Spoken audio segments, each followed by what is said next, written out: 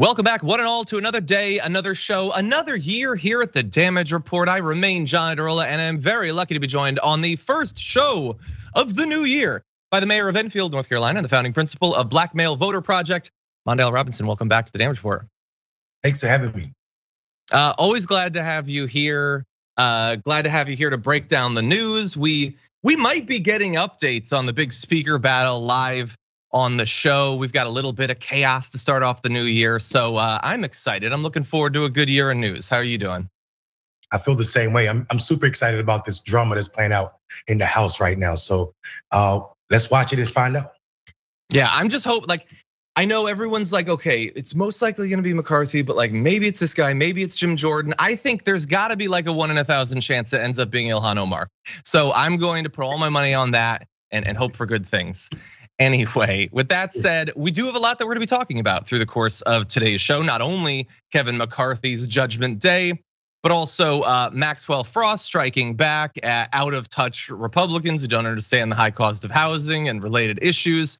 We've got, I can't believe it's possible, but more new lies from George Santos and potential legal ramifications for some of them. So we'll be talking about that. The attempted recalibration on abortion that the GOP is trying to do right now. And in the aftermath, we're gonna be joined by TYT Sports' own Rick Strom to break down the tragic situation that happened last night with DAMAR HAMLIN. And so definitely stick around for that.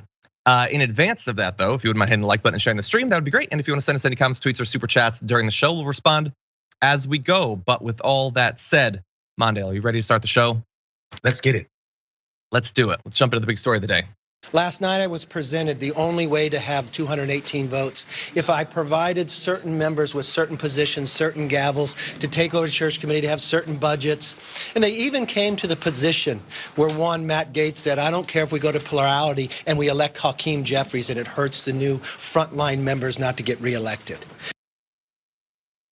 Oh, it's Judgment Day, all right, for Kevin McCarthy. He has been waiting years for this moment to finally become Speaker of the House, picking his battles, flip-flopping on his positions to satisfy the far right.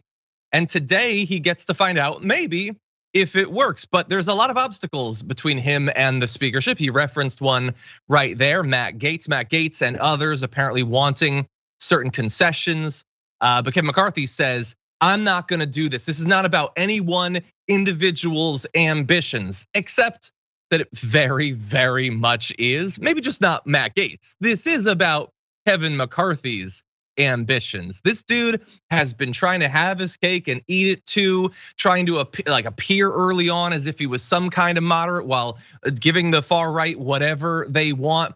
Cozying up to Donald Trump. Then in the immediate aftermath of the insurrection, putting the blame rightly on Donald Trump, and then immediately backtracking once he figured out that that wasn't gonna be politically popular.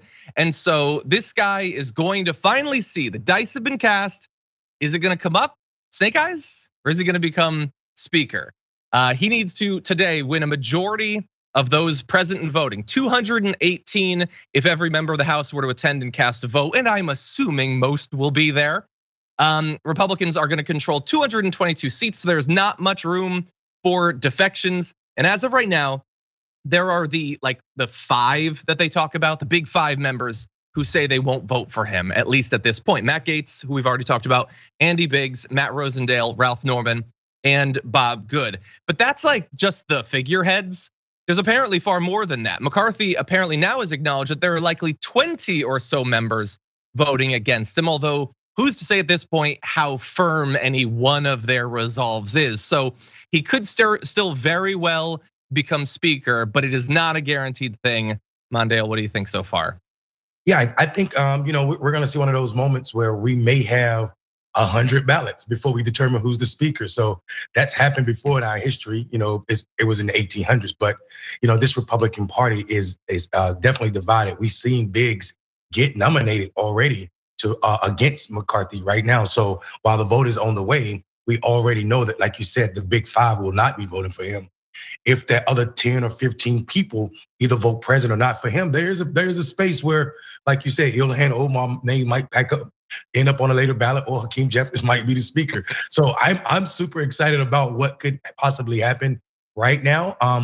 McCarthy, like you said, it's funny that you said snake eyes because he's absolutely a snake. This gentleman has shown that he has no spine when he did call Donald Trump after the 6th, the riot in the Capitol, and say that this is your fault, you need to stop it. And then when it became time to set up the January 6th panel, he pretended that nothing happened. Trump did nothing wrong. So that level of shifting does not speak of leadership. Actually, him being quiet about a topic we're going to talk about later in the show, Santos, shows the lack of leadership that it takes to run a caucus and definitely to run the people's house. So I'm super hyped that he may not be the speaker and there may be a Democratic speaker, even though we don't have the majority. I want to see what's going to happen today. I'm like a kid in the candy store because I have no faith in McCarthy. And while people may say ever since he's been in leadership, Republicans picked up seats in the House, and that's the only place it happened. It's not been a significant gain, and this is why we are where we are right now, where he may not wind up as speaker at the end of the day. Yeah, look, if you're going to elect as speaker, the thing that got you more seats in the House, then hello, speaker gerrymandering. That's what got them the extra seats. They did partisan gerrymanders in a number of states, which the Supreme Court accepted. The Democrats in places like New York tried to do it themselves. Those maps were knocked down. That easily gets you the 5 seats or whatever for the majority. So he's gonna claim credit for that. But he expected that it would be a much bigger margin. He once specifically said in an interview, this will not be a 5-seat majority. And so, okay, well, like how much credit do you think you deserve? In any event, we're gonna see. He could still end up speaker. I think that the most likely single outcome is still that he becomes speaker. And the reason that I say that is I think he's going to cave even more than he already has. But let's be very clear as we launch into possibly him being speaker.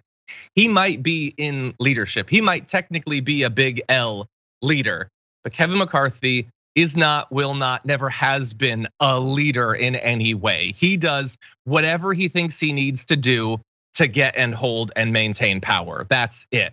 He has been terrified of the far right for many, many years. And the fact that he might be in charge and terrified of the far right should terrify all of us.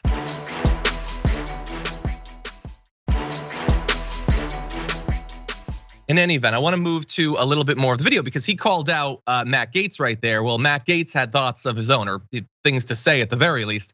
Here's Matt Gaetz.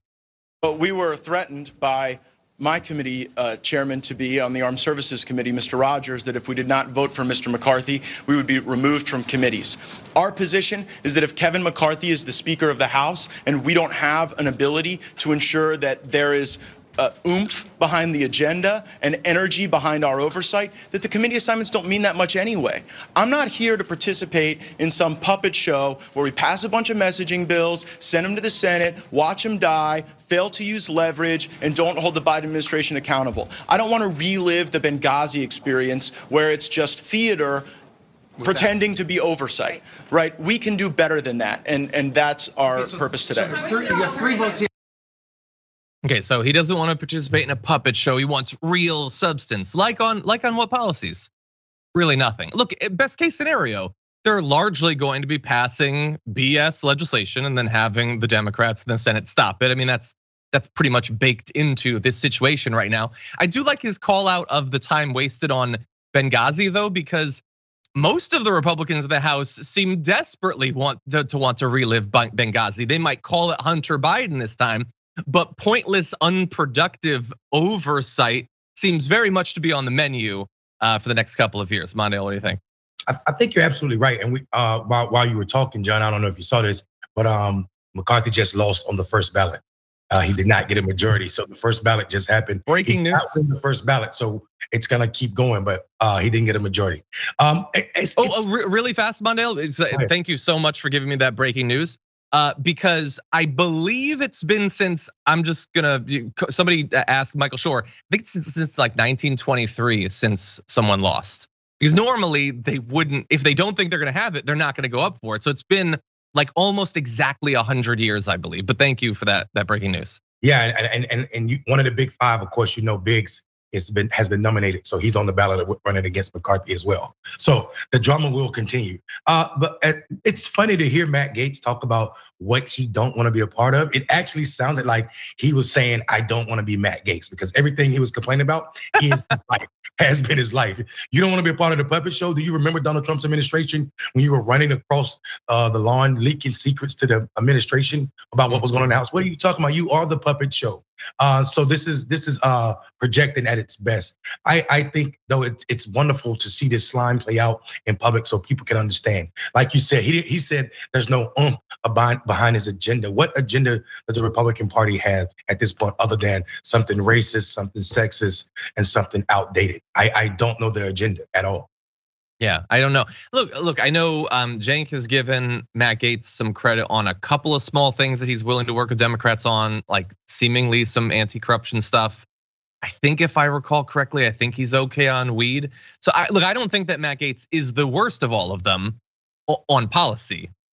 Public persona is garbage, and I think he should be and is being investigated for some possible illegal acts. But anyway, yeah, the idea that his group, those 5 and the others around him, which we'll get to, are differentiated from the others because they're more serious in general. Come on, who are you trying to kid? Like, but anyway, I just wanted to read 1 or 2 more quotes from him. He said, "If you want to drain the swamp, you cannot put the biggest alligator in charge of the exercise. I'm a Florida man and I know of what I speak." That's not bad. I don't know. It's stupid. God only knows who he would put. But and he said at that point, "I'm a no." I'm assuming he voted no on that first round. Which, by the way, so you said Andy Biggs is already up. Others that they're saying could potentially, like if it's not McCarthy, and it could still very well be McCarthy, it could be Steve Scalise. You might have Patrick McHenry, Jim Jordan, or if not them, then maybe we get into the area of some Republicans siding with Democrats to pick a reasonable Republican. We'll have to see about that. I don't know what that actually means in practice. But I want to get to some more of this. How is Kevin McCarthy going to try to win over the holdouts? Well, he's tried a number of different strategies over the past couple of months. Recently, he unveiled a package of rules governing how the House operates, including the so-called HAMLIN rule, which allows lawmakers to use spending bills to defund specific programs and fire federal officials or reduce their pay. Now, this is technically, this is filed under how the House operates. It's largely how to stop government from operating. They're going to be defunding a bunch of stuff, firing people that they're like people like Fauci and stuff like that. That's what this is about. It's to give more like retribution powers to the holdouts. You have an end of the use of proxy voting and remote committee proceedings. Why would they want to get rid of those? Well, because those were instituted under COVID rules to try to stop people from getting sick and dying. They have to performatively be against literally any change made to save lives. So they want to get rid of that. It proposes a vote to form a select subcommittee on weaponization of the federal government under the House Judiciary Committee. That'll be fun. As well as a select committee on strategic competition between the United States and the Chinese Communist Party. That's gonna be just great. But by far the biggest concession that he's already made, and he might have to go farther than this, is he agreed to a rule that would allow 5 lawmakers to call a snap vote at any time to oust the speaker, which I understand there obviously has to be some sort of mechanism to get rid of the speaker, but just for historically, it has not been the case that any 5 lawmakers at any point can snap their fingers and have a vote to kick the guy out. But he's already done that. And I ask you this, dear viewer, a guy who is as ambitious as Kevin McCarthy, who wants power more than you want anything, how desperate does he have to be to agree to a rule like that? That can, let's say, will result in him eventually being kicked out. That is a truly desperate act, Mondale, in my view anyway. Is this like are we going to a different system of government? I couldn't believe when I heard about these concessions, it blew my mind. Like, what are we talking about? Is this a loss of faith vote? We're gonna just call them up. We're gonna switch speaker of houses every month. Do you know how desperate you have to be to want to be leader, Big L, like you said, to concede this to this crazy Congress? Marjorie Taylor is in this caucus. Next week he will be called up if he didn't do what they said, and they want to do some craziness. I am super I think this is a testament to why we need to pay attention to our politics and the dangers of what can happen when people sit out elections. This is spooky, and like you said, it's been a long time since we've seen someone get defeated on the first ballot or any ballot for leader. But it also shows that the Republican caucus is dysfunctional at the highest levels right now. When the best they have to offer is Kevin McCarthy. I am not happy, and I'll go a step further. You said Gates isn't the worst of them. He's damn sure close to it. I am extremely nervous every time I think about how close people are to listening to this man, how much money he fundraised off of the shenanigans he's saying. And it may seem anecdotal, but we're talking about his position, him and four other Congress folks' position of power, or close they are to control Kevin McCarthy, who's willing to do anything to maintain his power. So these people will have this possible speakerships, or leaders, or leadership roles in some important caucuses. And I'm nervous about that, especially as it pertains to these people controlling the purse of the United States. Yeah, well, and to your point, Kevin McCarthy was saying, he wasn't specific, but he said they want to be the chairs of certain committees. And again, not to address the true problems facing America, but to wield government as a weapon. Like the transparent thing is the subcommittee on weaponization of the federal government. That's all these people want. They don't want government to solve problems. They want to attack, and that's what they're gonna do.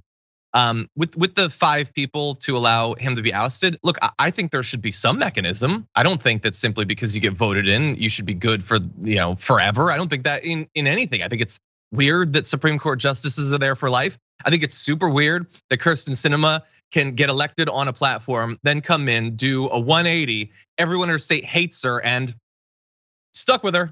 It's gonna be a rough 6 years for you. I think that's really weird.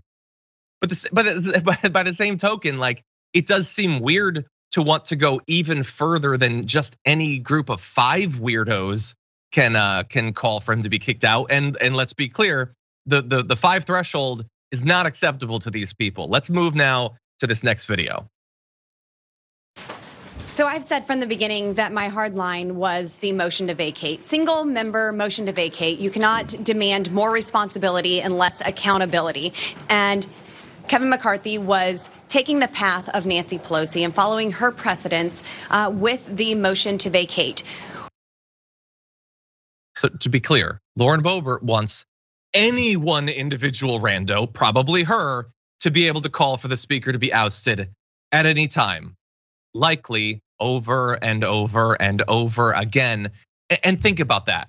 Like, if Lauren Boebert is angry at Kevin McCarthy or whoever is the speaker and cannot convince a single other member of Congress to band together with her, she thinks she should still be able to call for him to be ousted.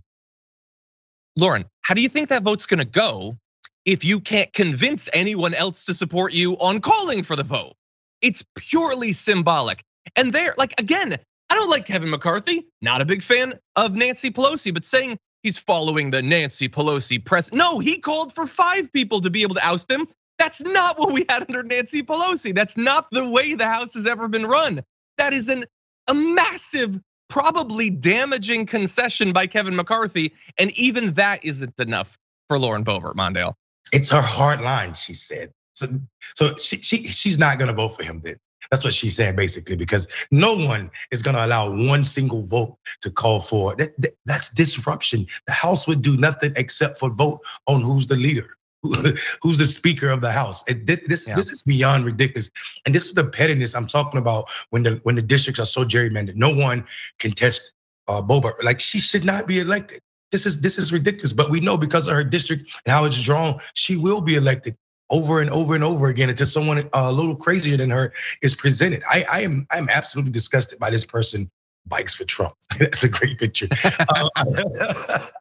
I think this is the shenanigans that's going to cost them their majority real quick. I am convinced that the American people is going to see this dysfunction, and like you said, their agenda to have these sham trials or cases or panels about Biden's son's computer.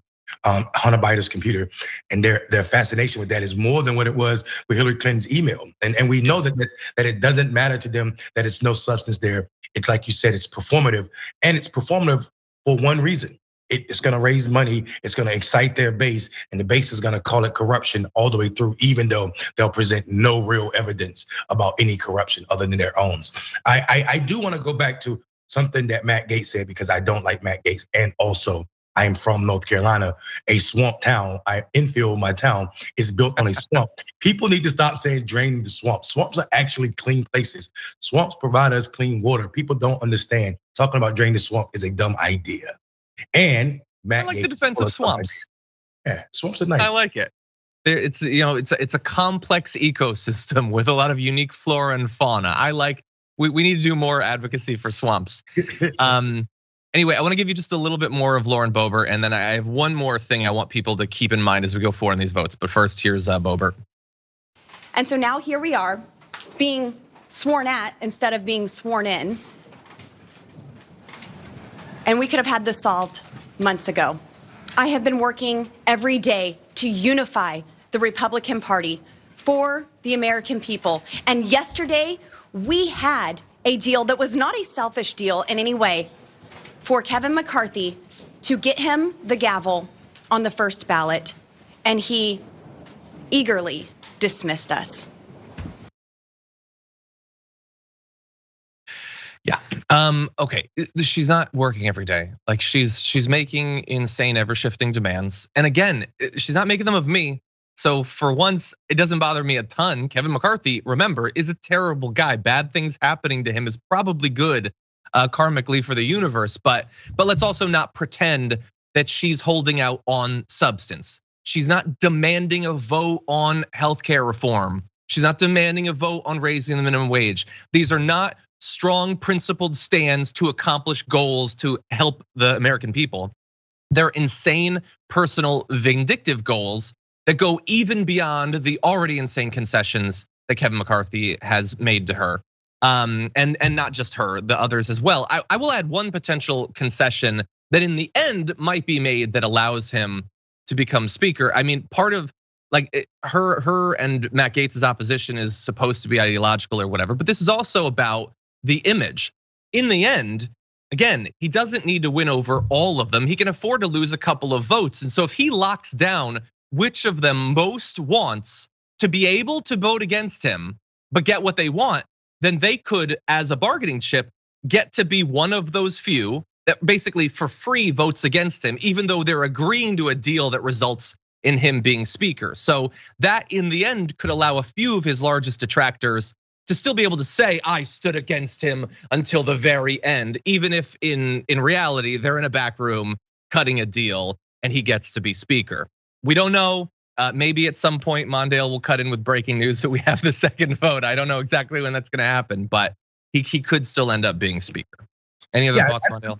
I think you're right. I think he will end up being speaker. I think what will happen is detractors will eventually vote president, and it's not enough Democrats to stop him unless 15 people continually vote against him. And I don't see that happening. 20, 30 ballots in. So eventually McCarthy will be speaker. He'll be a weak speaker. Well, he's already a weak leader. So he'll be a weak speaker because of the concessions he's made to these unhinged folk on the right, like Boebert. And I think, and what will happen is we'll see Jim Jordan, like you said, or somebody in the likes Biggs that will become more powerful and lead a portion of his caucus in a way that will disrupt his entire leadership in the speaker. So I'm super happy about, like I said, I keep saying this about the dysfunction because I think this is just a way for progressives to move in and become more powerful. So I'm excited about this dysfunction as it play out. I am sad that nothing will happen over the next 2 years that needs both houses to pass. Anything short of Biden doing, and we can't bet on Biden too much as progressives, but anything short of Biden writing or signing an executive order will not happen in Washington, D.C. So talk about sticky and swamps. That's what we're about to get. Yeah. Well, thankfully we have you, a swamp expert, to help us navigate it.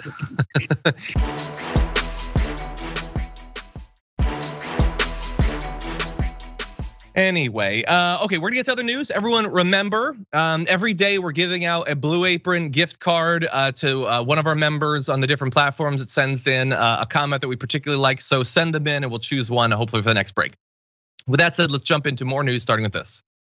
Do you feel like a member of Congress yet? I'm definitely feeling the love, especially from a lot of the Democrats, especially in the different caucuses I'm joining. And when you were running, you had to do some Uber work, right? You worked as an Uber driver. Yeah. Because you needed to live while you were also running for Congress. What's it going to be like up here? I mean, this is not cheap. Do you have to? Yeah. I mean, it's not cheap. I'm dealing with it right now, getting denied from apartments, trying to figure out where to live because I have bad credit.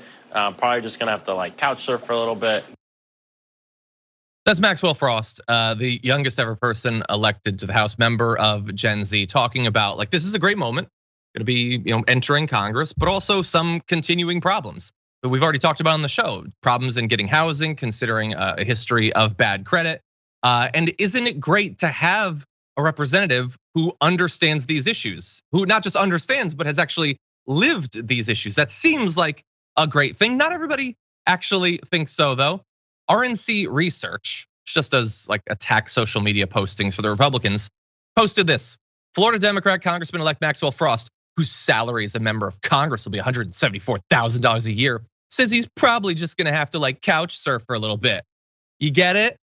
You get it? He's gonna make money now that he's become amazingly, historically, he's become a congressman at that young age. And so how dare he complain even briefly? There's a bit of a gap in logic there. Maxwell actually addresses it, saying, so out of touch that they don't understand how renting an apartment works. Let me break this down.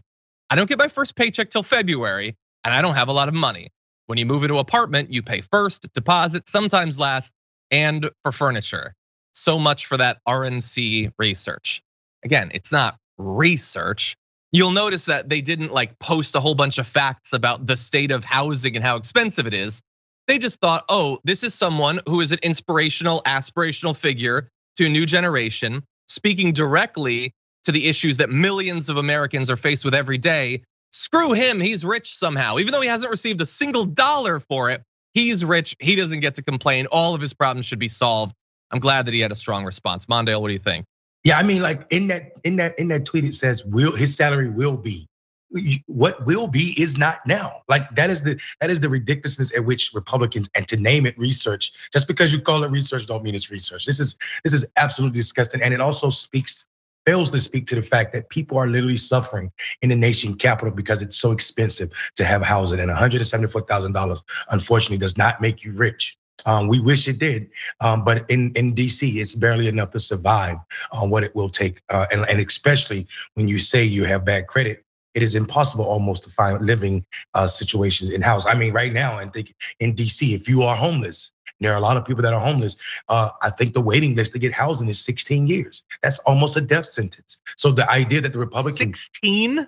Yeah, I think if you get on the list right now in DC, it's like 16 years before you get housing. It is absolutely disgusting that people are playing with this idea, and the fact that your credit determines if you should have a house is something unbelievable when we don't know the algorithm to create credits. I mean, so it is absolutely disgusting. We need to get away from this model that people can and can't live places based on something that we have no control over, like a credit score. And the fact that we have the first Gen Zer representative being elected, even though they are one of the largest voting blocs in our country.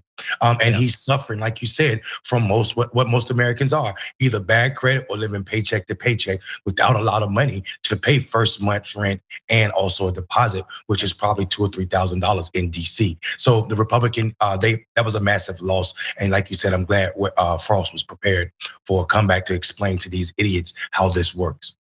Yeah, no, 100%. That stat that you listed is amazing. That's the sort of research maybe RNC Research could be doing, telling us about that sort of thing. Well, we're not RNC Research, but we do have our producers, which I'm gonna call TDR Research. And here is what they found. The cost of living in Washington, DC is way higher than the national average, more than 51% higher than the national average. Almost everything is more expensive, especially the cost of housing. To purchase a house, the average purchase price is more than double the national average. Literally, the only thing that's cheaper on average is healthcare for some reason. I don't know why, but housing is way more expensive. Everything is far more expensive. The rent prices are higher than New York, or they're comparable to New York and Miami, but way higher than the national average. A one-bedroom apartment in DC, the rent is nearly $1,800. That is crazy. And you can see the distribution of rents in this chart we're gonna show you. Most of the stock available is over $2,000. And again, it's easy to hear that he's gonna make $174,000 and think, oh, he's rich. Well, look, he will, not now, will be doing better than most people. But think about it, if he gets that $174,000 and he isn't independently wealthy, which he's not, okay, he's gonna lose half of that to taxes, probably. He's gonna lose half of what remains or more to housing and things like that. Let's say he saves every cent he can. What is that gonna be? $25,000 a year? Was he gonna buy a house in DC in the next decade, maybe? Again, this is like, if you actually care about the truth and care about the experience of people, you'll actually interrogate these claims. But RNC Research isn't interested in that. They're interested in taking down Maxwell Frost because he's a Democrat and he's young, he's a person of color, so he needs to go. Any other thoughts, Mondale? Yeah, I think it's absolutely tragic. I mean, we should go further and state that the housing crisis in DC is so serious that they had to put a ban on how you use Airbnb, right? DC created a law that said you could only rent one room like all the time in your house. If you rent your entire house more than 10 times a year, then you have to pay hotel tax. And this is because so many corporations was flying in, buying up entire apartment buildings and only using them for Airbnb. This is not a joking matter. In DC, the cost of living in DC is extremely high, but the housing and homelessness problem in this country is so serious that this is nothing they should have joked about. I mean, it is absolutely ridiculous, the number of people that are couch surfing. And like you said, they didn't use this moment to highlight the struggle that these people are dealing with. It is absolutely ridiculous, especially in the light we see Finland just eliminated homeless in their country, and we are nowhere near that process. So I think it's absolutely disgusting, especially when we saw Finland do it at a cost that's cheaper than dealing with homelessness. And I think this is another way that the RNC just missed the mark, and it's par for the course with that group of folk.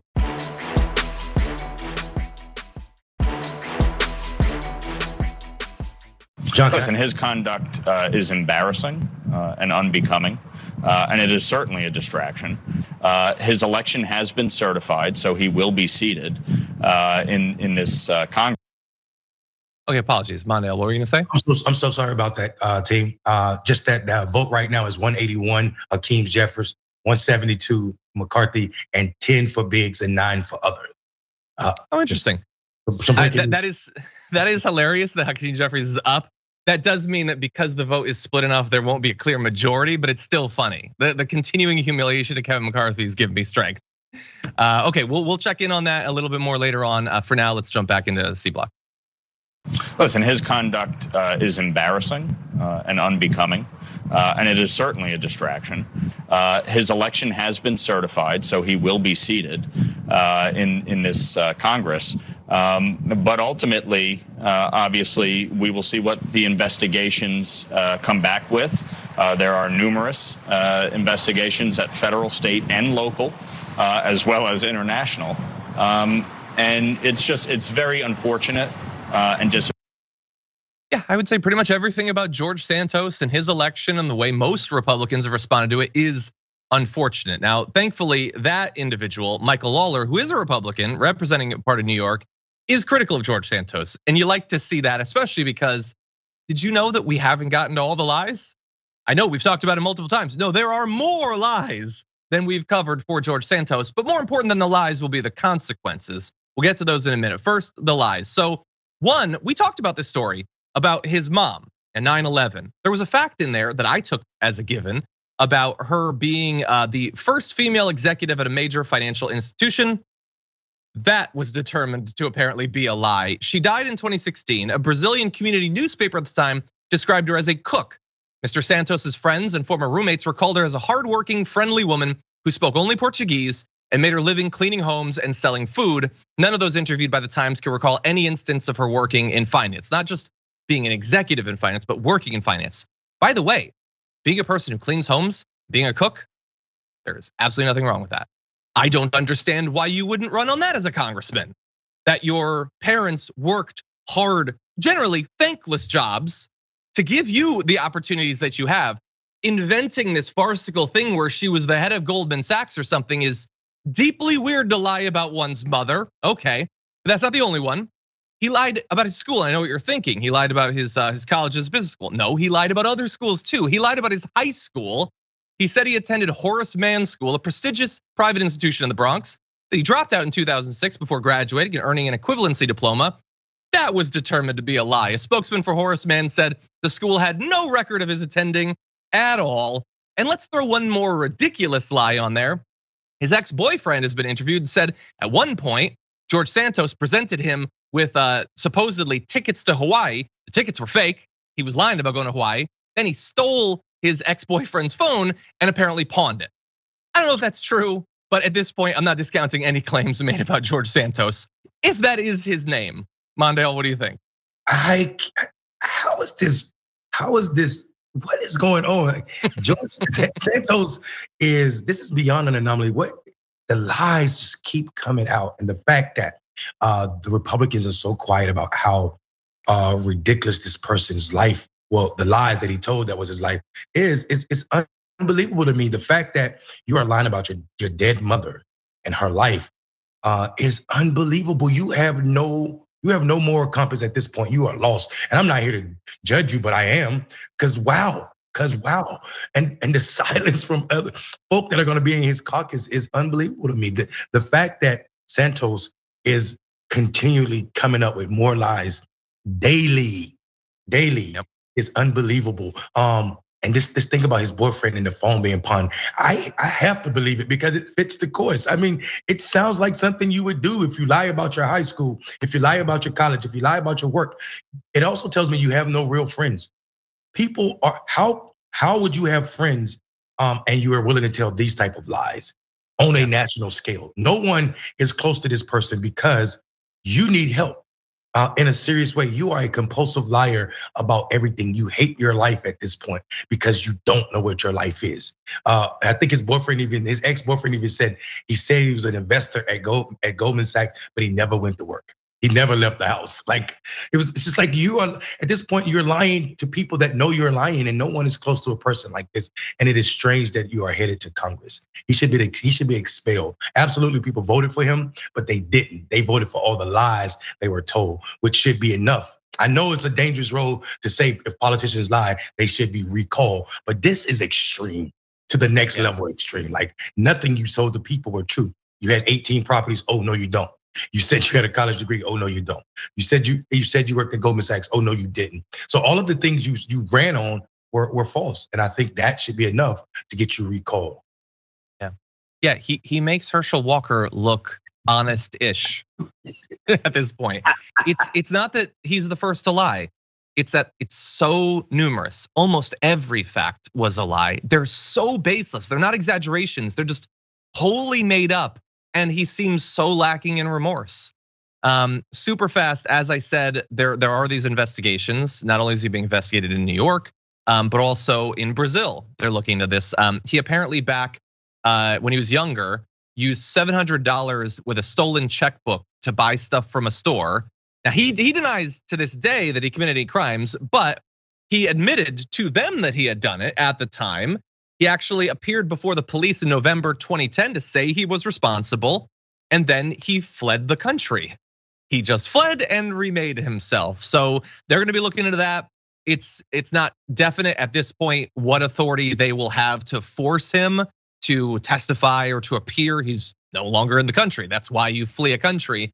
But it hardly looks good for him. And remember, he's being investigated for potential fraudulent use of campaign funds, which we've talked about previously on the show. So this guy has all the lies, but he also maybe has some financial issues or some legal issues. And remember, while people like Donald Trump can evade basically any consequences whatsoever, George Santos is not the former president of the United States.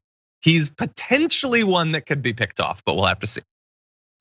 Okay, with that said, we're gonna take our second break. We come back, more stories to talk about. We've got a horrible story involving a cop, and then who Donald Trump is blaming for the GOP issues these days. We'll have that for you after this.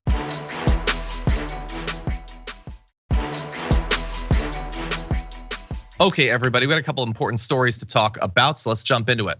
2 state lawmakers in Maryland are hoping to pass a bill that's going to prevent police officers from receiving any sort of retirement benefits after they've been convicted of a felony crime. Now, why are they going to be doing this? Well, first of all, let's be clear, because they can still get the retirement benefits even if they've been convicted of a felony, and that's bonkers. But in this case, particularly, it has to do with a guy named Michael Browning. So he's got 27 indictments against him. He's a 50-year veteran of Gunpowder Falls State Park, accused of raping at least 2 female park employees. Just absolutely horrific allegations that have been made here. And as of right now, stands to still get the retirement funds. There are people trying to stop it. So House Delegate Janelle Wilkins raised this issue a couple of weeks ago, pointing out that he's sitting in jail accused of violent rapes and could still receive these pension checks. I want to give you some details on the allegations. Browning allegedly met one of the victims when she was a teenager and hired her as a seasonal employee when she was an adult. When the two worked together, Browning and the woman, who was 40 years his junior, had a 6-year-long romantic relationship. Police say that during a phone call with her earlier this year, he admitted to raping her at least 10 times. He was arrested in September, indicted by a grand jury on assault and rape charges in October. But despite that phone call, where he admitted to it, he claims that he is still innocent. And on November 30th, he resigned, which made him eligible to collect his pension and sidestep the immediate financial repercussions of his crimes. There's 24 states, by the way, of which Maryland is one, that has no pension forfeiture laws on the books, which one would call a crazy oversight, except in this case, and in many cases, this is not an oversight. This is by design. The unions representing the police want there to still be able, despite you being convicted of crime, you still be able to get your pension. They say that if that was to be banned, it would hurt recruitment. And I say to that, if that hurts recruitment, you shouldn't be recruiting those people anyway, because that's horrible. But Mondale, what do you think? This is a continuation of why I'm not out here screaming about we need cops or support cops. This is absolutely ludicrous to me. The fact that unions have been able to negotiate this level of this type of contract and worrying about that it's going to affect their recruitment is scary as hell. And it also explains why we have the problem in this country with the institution of policing. This level of like 10 times he raped this young lady. And the fact that you get to resign is unbelievable to me. You should be fired immediately. As soon as that phone call was listened to, I don't need a trial. You just admitted it. On this phone call is absolutely disgusting that this person is eligible for any benefits from anywhere, any taxpayers. And I think, like you said, this is not a one-off thing. This is the norm. And we see time after time the police union, the FPO, going and defending police officers when they kill people, unarmed people. It doesn't matter. It's just automatically they defend these officers, even when they are blatantly wrong. That is not the purpose, or shouldn't be the purpose of the police union. And there's no accountability, and it weakens people's trust in police overall. The idea that you could be in jail, resign for your position, and still get taxpayers' money is unbelievable to me. Who wrote your handbook? Who wrote your handbook? Is what I'm saying. This is no HR at all. This is disgusting to the highest level. 100%. Yeah. Yeah, it's like they say in the movies, with great power comes great responsibility. We give them incredible power in a number of different areas, but you should be held responsible for what you choose to do. And when it gets to the point of violent rapes, no, you don't get to get the pension. You chose your life, okay, and you should be stuck with the consequences of your choice. But anyway, hopefully they'll be successful in their effort to change the law. This is Janelle Wilkins as well as Jill Carter. So hopefully we'll be checking in. Hopefully they'll succeed in getting this passed. Dozens of other states have it already. I don't see why this would be such a hard sell. Okay, with that said, let's change things up. Talk about one more topic. Donald Trump has a new scapegoat for why the red wave didn't manifest in the last election. He's blaming anti-abortion Republicans. He bleated just yesterday, "It wasn't my fault that the Republicans didn't live up to expectations in the capital M mid capital T terms." Weird. "I was 233 to 20. It was the abortion issue poorly handled by many Republicans, especially those that firmly insisted on no exceptions, even in the case of rape, incest, or life of the mother, that lost large numbers of capital V voters. Also, the people that pushed so hard for decades against abortion got their wish from the US Supreme Court and just plain disappeared, not to be seen again. Plus Mitch stupid dollars. I don't even know what that means. I think it means that he allocated campaign funds unwisely, which, yeah, maybe he did. He's got to throw in something about the broken old crow. Anyway, his bigger issue is with anti-abortion Republicans. And look, I think he's right and wrong. He's definitely responsible for some of those losses. I don't think it was on the Supreme Court or the anti-abortion Republicans that Herschel Walker was a train wreck or Dr. Oz was a horrible pick. Donald Trump was singularly, I think, responsible for some of those choices. But the direction that the Republican Party chose to go in, and I don't just mean in the election, I mean in pushing for Roe v. Wade to be destroyed, that definitely didn't help them. What's interesting though is that while I think he is kind of onto something, they are going to fight against this as much as possible. The Susan B. Anthony organization, this is an anti-abortion right-wing organization. They tweeted in response to this, the approach to winning on abortion in federal races proven for a decade is this. State clearly the ambitious consensus pro-life position and contrast that with the extreme view of Democrat appointments. Yeah, you can tweet that. That doesn't make it true. People don't agree with your position on abortion. They don't today. They didn't in the midterms. They didn't 10 or 20 years ago. People have largely been in favor of reproductive rights as long as anyone hearing this has been alive. And for once, Donald Trump is trying to push them in the right direction, and they are going to fight against it. Mondale, what do you think? I think it's funny how Trump has no cut card. Trump will literally change his mind on anything at any given moment and act as if it didn't happen. We know that he was one of these extreme far-right anti-abortion people, like until he wasn't, right? In 2020, he created this fetal tissue board that were all anti-abortion for at least 10 of the 15 people were so-called scientists, but all of them were anti-abortionists. And he went along with this. I mean, he tried to cut federal funding for fetal tissue research, all of that. So I think this idea that you can come in and he can't do it. He's done it, and it's how he won an election. And the Republicans will allow him to do this, and somebody will take blame. Susan B. Anthony better watch out because he may come at them for saying something against what he said, and then he'll have the Trump mob go behind them and do the same thing. So I think whenever Trump does this, it signals one thing. The Republican Party is about to shift. Is known immediately. Trump said something, so the Republican Party will have a softer stance on abortion, I think, going forward. And it's not because they lost the election; it's because they don't want Trump and his base to be against them. They are, regardless if they are a minority of Americans, it's where the Republican Party tends to follow suit. So I'm here. We go. At least abortion. Maybe we'll get the Supreme Court to revisit it. Who knows? Trump said something, so Republicans will start pushing for it. We definitely know Kevin McCarthy, if he becomes leader, will not go against whatever Trump says. And if that's the reason Republicans lost, according to Trump, then it will be, and it'll become a part of the Republican platform, especially since he's already announced 2024 presidential run. Yeah. So that's what's going to happen. Yeah. By the way, I realize I'm not giving him that much credit to begin with, but I'm gonna take back whatever credit I did, because even if he can kind of see accurately that their extreme radical position on abortion has hurt them, he did appoint 3 of the justices who voted to destroy Roe v. Wade. He definitely chose them in part to do that. So no, Donald, you are again responsible for basically all of this at this point. By the way, according to exit polling, 27% of voters said that abortion was not just an important issue for their vote, it was the most important issue. It was second behind only inflation, and it was a close second in that. So people were really thinking about this.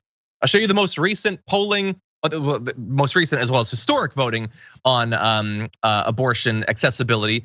By the way, while the percentage of Americans that believe that it should be legal under certain circumstances has been largely consistent for many decades at this point, you can see that once again, the legal under any circumstances has been shooting up over the past decade or so, especially sharply since Roe v. Wade was destroyed. So this is people responding to what they're seeing coming from the Republican Party. So, and by the way, we don't have time to talk about this, but I saw this article a couple days ago of Republicans rethinking their abortion strategy. This is their recalibration. again, this isn't like the Republican base. This isn't them changing their mind. This is a couple of Republicans in leadership who seem to agree with Donald Trump. We'll see if they're successful in actually changing course. And unfortunately, that's all the time we have for the first hour of the show. When we come back, we got Rick Strom joining us. We're gonna talk about some more stories, so don't go anywhere. We'll be right back.